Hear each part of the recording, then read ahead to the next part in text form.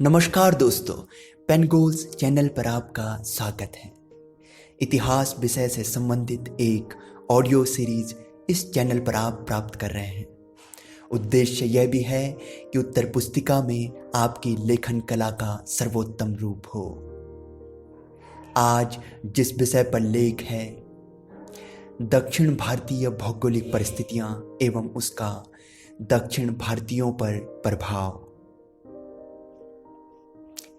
दक्षिण का पठारी प्रदेश वह भूभाग है जहां कभी राजनीतिक एकता प्राप्त ही न हुई। वे सदैव से अपने स्वतंत्र अस्तित्व के लिए प्रयत्नशील रहे।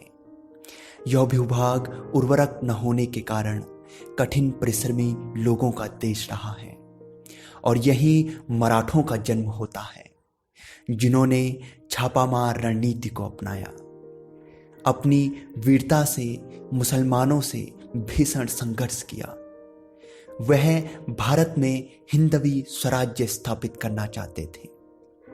शिवाजी, बालाजी, बाजीराव, नाना फडणवीस आदि सदैव याद रहेंगे। उत्तर भारत और दक्षिण भारत में गहरी भिन्नता है। सतपुड़ा और विंध्याचल के उस पार हो जाने से उन्होंने अपनी अलग जीवन शैली का विकास किया। उत्तर भारत में ब्राह्मण, क्षत्रिय, वैश्य, शूद्र 4 वर्ण हैं, जबकि दक्षिण भारत में ब्राह्मण और शूद्र 2 ही वर्ण हैं। उनके खान पान, वेशभूषा और रीति रिवाज, व्यवसाय में गहरी भिन्नता है।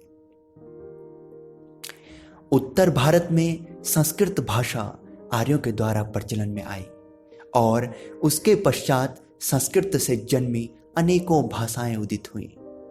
वहीं दक्षिण में तमिल, तेलुगु, कन्नड़, मलयालम भाषा बिल्कुल भिन्न है। किंतु इन सब में दक्कन के तटीय भागों का भारत के व्यापारिक इतिहास में बहुत बड़ा स्थान है। दरअसल यहाँ मसालों के उत्पादन में यूरोपियों को व्यापार के लिए आकृष्ट किया और यहीं से वे अपनी छोटी छोटी व्यापारिक संस्थाओं को जन्म देकर सारे भारत में अपना आधिपत्य स्थापित करने को प्रयत्नशील हुए। दोस्तों, भारत की संस्कृति प्राचीन है और इस संस्कृति और सभ्यता के उदय में भारत की प्राकृतिक भौगोलिक परिस्थितियों का भी योगदान है। इसलिए भारत में भौगोलिक विविधता के साथ सांस्कृतिक भिन्नता भी प्राप्त है।